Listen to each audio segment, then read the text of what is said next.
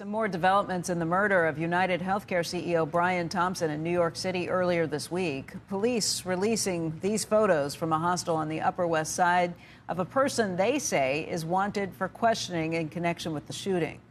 Joining us right now to discuss the security implications for corporate America, we want to welcome Dave Komendat, who is former Boeing Vice President and Chief Security Officer. He's now the president of DSKomendat Risk Management Services. And Dave, thank you for being with us this morning. It's been really frightening watching the pictures and the videos that have been so widespread about what happened here in New York City. I know you were involved in a call that lots of security officers took place in afterwards. I know you can't reveal what happened on that call, but maybe you can speak to how corporate America is feeling right now in the wake of this. Well, thank you, Becky, and thanks for having me this morning. Yeah, corporate security is obviously on guard right now. This is a low-frequency, high-impact event, and it's clearly got CEOs and boards of large corporations around the country and, quite frankly, around the world, quite concerned with their executive protection programs. And many of my colleagues this week are in those types of discussions with their CEOs and their boards, talking about the programs that they have in place. Are the programs that are in place today effective, and what's necessary, you think, to be guarding people who are in high-profile positions? Well, executive protection programs are very personalized for each company. Every company in the United States has its own culture, and within that culture is a security culture. And there are some companies that are very proactive security-wise, and they have very robust executive security programs.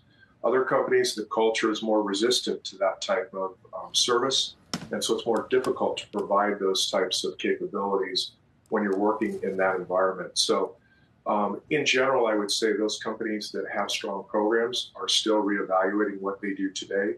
Those companies that may have a culture that's a little bit more resistant to security, I think they're probably reassessing that position. Why don't we talk a little bit about where you think we stand in the culture today? Are there more threats? Is it a more hostile environment? We've seen political tensions that have risen, obviously. What do you see in terms of the threats to corporate America? Yeah, I think that's a very fair statement. When you look at threats both from internally within a company, many workforces are, I use the term energized. There's layoffs ongoing right now. There's pressure within the workforce. So you've got an employee population at times that feels under pressure. That creates internal risk.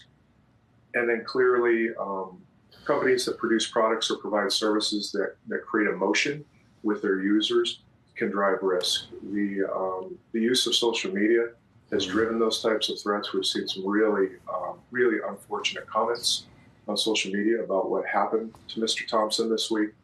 And so social media gives folks a forum to really voice their opinions on things. And the challenge within corporate security is trying to determine which one of those threats really come with intent and capability. So you're really trying to separate the needle from the haystack. So Dave, but that's the big question, I think, right now. If you are the leader of a company, CEO, CFO, I don't know how far down the title rank you want to go, and there's the question, should you be walking around with security? Should there be somebody with you when you travel? I mean, I think those are the big questions. Some companies obviously assign security, require it, key men provisions and other things like that. Others don't. I actually went on a walk with the CEO about 3 weeks ago, and I realized that there were two guys actually like 30 feet behind us, and I said, Are those guys with us? Are they with? And he said, yeah.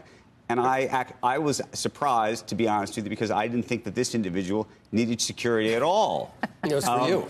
And no. But then there are others. Then there's other people who I know who I actually think probably do need security, or I would think they should have security, and they don't have any. And so there's a sort of very interesting sort of juxtaposition. This fellow said, look, he said it's an insurance policy. Given what's going on, that's it.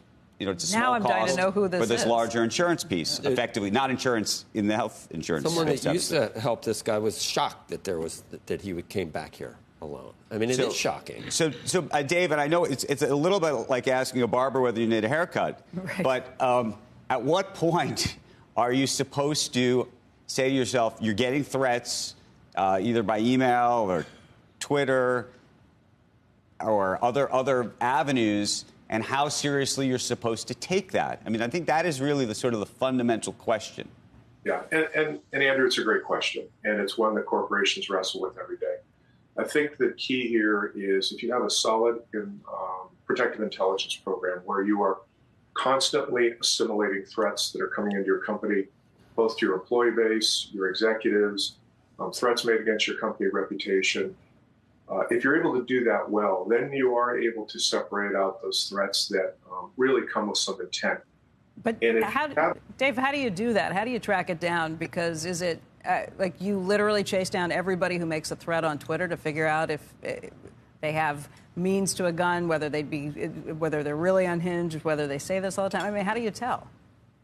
Well, there are many tools that corporate America uses today to gather those threats, and then those protective intelligence teams look at that body of threats coming in, and when they feel uncomfortable with something, they see something that appears to be outside of just normal noise. Many companies hire third-party risk assessment professionals, people that have a background in threat assessment. They understand the psychology of threateners, and they have those people either on their staffs or on retainer to further look into those types of threats and make a determination. Hey, this is something that we need to take to law enforcement. We have a great concern about it. Or we know that we're going to be in an area where this threatener lives, and so we're going to make sure that we provide physical protection with our principal when he or she is out on their business day.